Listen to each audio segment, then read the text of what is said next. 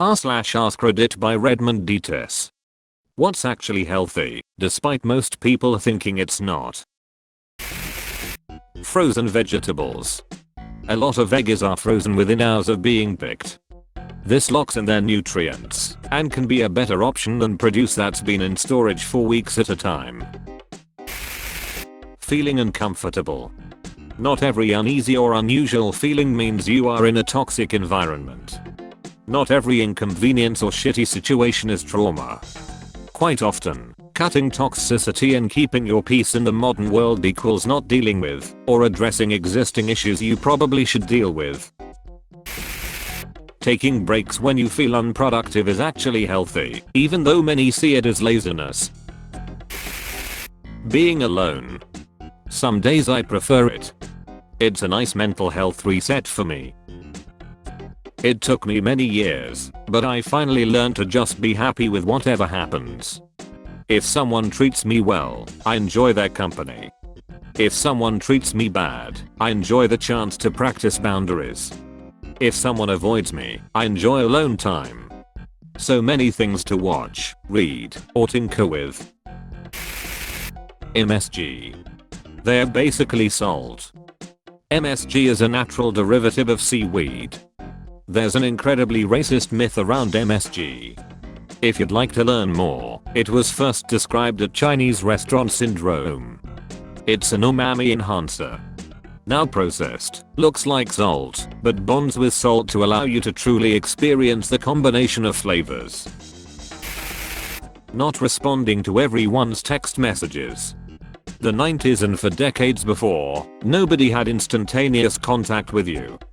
If it was important, they left a voicemail. Not feeling constant pressure to respond to others is alleviating and healthy for your mental health. Healthy disagreements. For them to be healthy, both disagreeing parties have to agree that they are healthy disagreements. But onlookers might not know that they are healthy disagreements and think they are unhealthy. One that always surprises people. Taking naps. A lot of folks think naps are lazy or bad for your sleep schedule, but short power naps, 10 to 30 minutes, can actually improve memory, focus, and mood. It's like a reset button for your brain.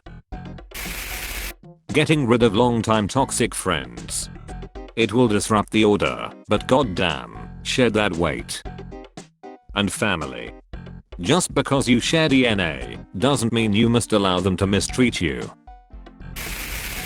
Kids playing outside with little to no supervision. It helps them develop critical thinking skills and gumption to solve problems on their own, especially through collaborative play. 100% location dependent. Hugging your teenage sons, letting kids, especially boys, cry if they are sad or hurt. Comforting your crying babies, feeding your babies when they are hungry, baby wearing an ergonomic carrier, no you're not spoiling your baby, encouraging your daughters to stand up for themselves and be bold, boisterous and brave, and encouraging sons to be beautiful, caring and loving. Give the men in your life some love right now, especially if you are their father or male caregiver, or their friend. The men's mental health has been horrible for years, and it's because we taught them that feelings are for girls. Let's reteach them.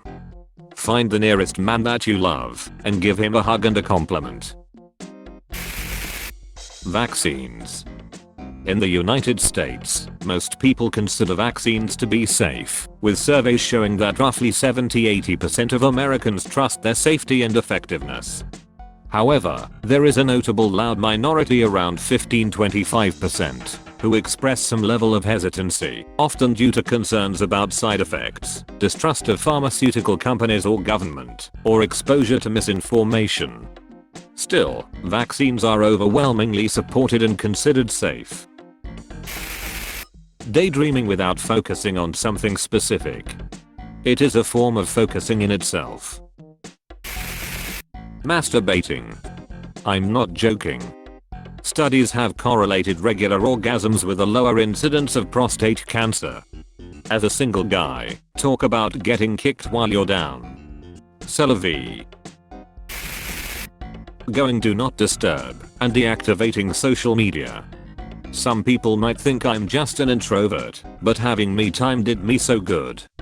I go MIA every weekend, strictly no work or school stuff, and will just stay at home, or go out with myself, sometimes with family.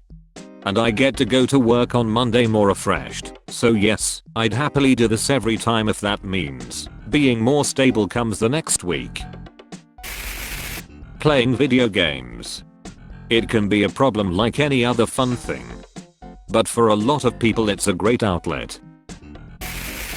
Soy products. Plant estrogen is not human estrogen. You need an absurd amount to actually cause hormonal issues. Not even trans people go this path due to how weak the effects are. Doing stuff alone. Going to dinner, a movie, etc. on your own now and then is healthy. You get to do things on your time and just see what you gravitate towards. It also makes you aware of what you actually enjoy about other people and their presence. Plus it's weirdly freeing. I hadn't noticed how much weight I gave other people's opinions and how much I do based on what someone else may think or want until I started dedicating time each week to just go out and do something solo. Having a little extra weight. People who aren't skinny or very overweight actually have some of the best health. A little fat is protective. Carbohydrates. They get a huge negative image in the diet culture, but glucose is a primary fuel for brain and necessary for all cognitive functions such as memory, attention, and more. So, unless you are trying to completely shift your brain to ketone bodies derived from fat, a balanced amount of carbs is good for you. Take time alone and say no to others. And cry. That's all folks. Thank you for watching. If you like videos like this one, why not like and subscribe for more? Have a nice evening.